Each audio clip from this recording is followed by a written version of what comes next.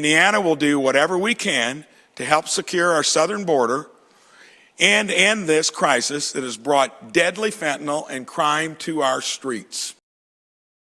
You heard it right there, all new tonight. That's Indiana Governor Republican Mike Braun doubling down on why he's aiding President Donald Trump's efforts to deport illegal residents during his State of the State address to Indiana tonight.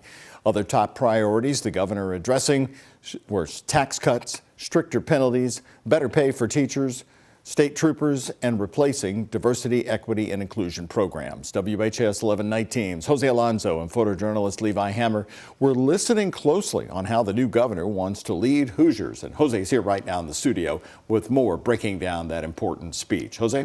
Doug, of course, as the governor represents Republicans, we also spoke to a Democratic state representative from Clark County and also Floyd County as well, who was there for the State of the State address. While Rep. Wendy Dant-Chesser agrees with Governor Mike Braun's commitment to raising pay for teachers and state police, there were other parts of the speech she didn't agree with, like the handling of immigration within the state.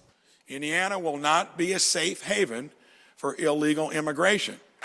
Governor Mike Braun speaking to the Indiana General Assembly in Wednesday night's State of the State address in Indianapolis. The governor says he's focused on what he calls his freedom and opportunity agenda, while also making bold statements on the fate of violent, undocumented residents. Unchecked illegal immigration brings serious risks to our communities. In September, an illegal alien stabbed a 14-year-old girl with a butcher knife in a random attack in Lowell. I don't have a specific incident in southern Indiana where we have either been had a concern of a safety issue with an immigrant, legal or otherwise. Democratic State Representative Wendy Dant-Chesser of Clark and Floyd counties says her constituents do have workforce and financial concerns on immigration. Of course, we'd want people who are criminals to not be in our communities, but many of the folks that could be under consideration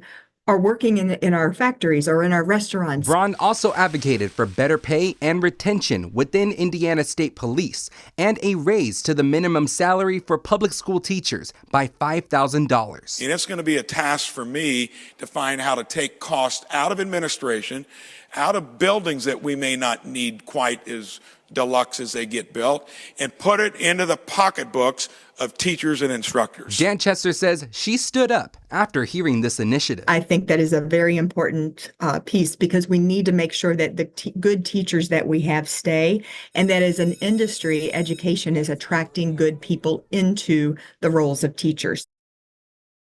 The governor also focused on tax cuts and relief, from lowering state income to offering support to seniors, first-time homebuyers, and generations of farmers. But as Braun plans to offer these incentives, it leaves the question on how will the state provide more funds for law enforcement while also funding school and lowering those taxes. I have more details on today's speech on our website. That's WHAS11.com. Reporting in studio, Jose Alonso, WHAS 11 Night Team, on your side.